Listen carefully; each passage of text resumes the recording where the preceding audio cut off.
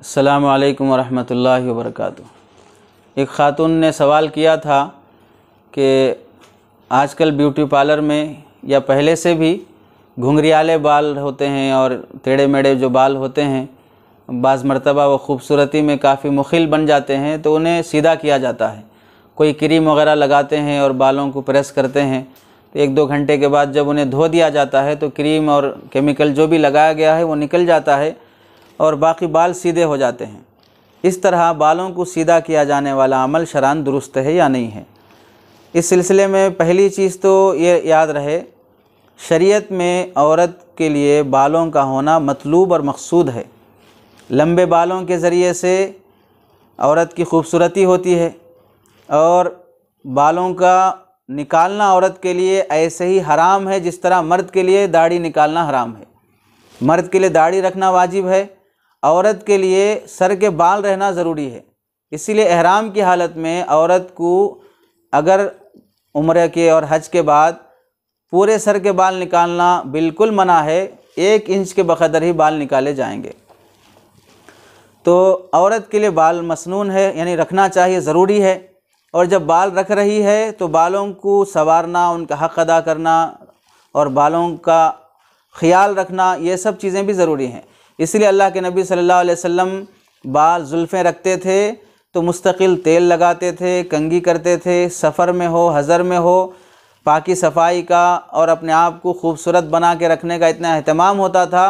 सफ़र के लिए जा रहे हैं तो भी अल्लाह के नबी सल्लल्लाहु अलैहि वसल्लम अपने उस थैली और बैग में तेल भी है, कंघी भी है और ये सब चीज़ें भी रखे हुए हैं। और हुज़ूर सल्लल्लाहु अलैहि वसल्लम सहाबा से भी फरमाते थे कि जो शख्स बाल रखा है वो तेल लगाने का अहतमाम करे, कंघी करने का अहतमाम करे। और फिर एक शख्स को देखा कि दाढ़ी अजीब किस्म की है, बाल अजीब किस्म के हैं, मस्जिद के अंदर दाखिल हो रहे थे तो अल्लाह के नबी सल्लल्लाहु अलैहि वसल्लम ने फरमाया बाहर निकलो, बाहर जाओ, जाके बाल और दाढ़ी सीधी करके आओ। बाहर भेज दिया। जब वो दाढ़ी और बाल सीधा करके आए और जब अच्छे चेहरे मोहरे वाले दिखने लगे तो आप सल्लल्लाहु अलैहि वसल्लम ने फरमाया, देखो ये चेहरा उस चेहरे से बेहतर नहीं है जिसमें वो शैतान का चेहरा दिख रहा था, वो शैतान का असर दिख रहा था। तो इस तरह अल्लाह के नबी सल्लल्लाहु अलैहि वसल्लम ने बालों को अजीब तरीक़े से बना के रखने से नापसंदीद का इजहार फरमाया। और आप सल्लल्लाहु अलैहि वसल्लम ख़ुद भी कंघी करना, बालों में तेल लगाना, इसका अहतमाम फरमाते थे और सहाबा से भी इसकी ताकीद होती थी। और अलबत्ता इतनी बात ज़रूर है कि कंघी वगैरह करने में, तेल लगाने में, बनाव सवार करने में ज़्यादा वक्त ज़ाय करना, घंटे घंटे या हर 2 घंटे में कंघी करते रहना, तेल लगाते रहना, इसराफ़ और फजूल खर्ची में रहना और यानी अक्सर वक्त उसी के पीछे पड़े रहना, वक्त ज़ाय करने वाला और पैसा वेस्ट करने वाला काम नहीं करना चाहिए, उससे एहतियात बेहतर है। तो इस तरह बाल रखें और बालों को ज़ीनत के साथ रखें, बालों का हक़ अदा करें, कंघी करें, तेल लगाएं। सिर्फ मर्द के लिए नहीं, सिर्फ औरतों के लिए नहीं, मर्दों के लिए भी यही हुक्म है कि मर्द भी अगर बाल रखते हों और दाढ़ी हो और सर के बाल हों, जुल्फ़ें रखे हों तो एहतमाम के साथ कंघी करें, तेल लगाएं, खूबसूरत बन के रहें। सड़ी हुई सूरत के, अजीब किस्म की सूरत के, ऐसा लगता है कि आप हर एक के महबूब नहीं हैं कि हर कोई आपको हर हालत में देख ले तो आपको पसंद करने लगे, आप हर एक को अच्छे दिखने लगें, ऐसा नहीं होगा। आदमी का ज़ाहिर अच्छा होना चाहिए, ज़ाहिर का असर पड़ता है।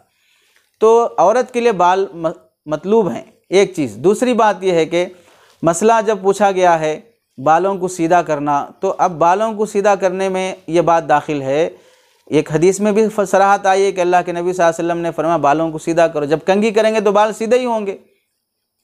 तो मसले का ताल्लुक़ इसी से है कि हदीस में आप सल्लल्लाहु अलैहि वसल्लम ने बालों को सीधा करने का भी हुक्म फरमाया है। तो अब टेढ़े मेढ़े बाल हों, ज़्यादा घुंघरियाले हों, बाज़ वो घुंघरियाले बाल होते हैं जो खूबसूरत दिखते हैं, अच्छे भी दिखते हैं, और बाज़ ऐसे घुंघरियाले होते हैं जो ख़राब दिखते हैं।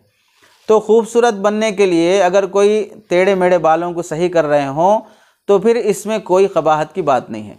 लेकिन एक शर्त यह है कि बालों को सीधा करने में हरगिज़ ये ना हो कि फ़ैशन के तौर पर कि फ़लाँ फ़िल्म में फ़लाँ हीरोइन के ऐसे बाल थे, फ़लाँ एक्टर के ऐसे बाल थे, फ़लाँ सेलिब्रिटीज़ ऐसे बाल रखते हैं, उनके ऐसे बालों को बहुत पसंद किया गया है, उनकी नक्काली में इस तरह के बाल हरगिज़ ना रखें।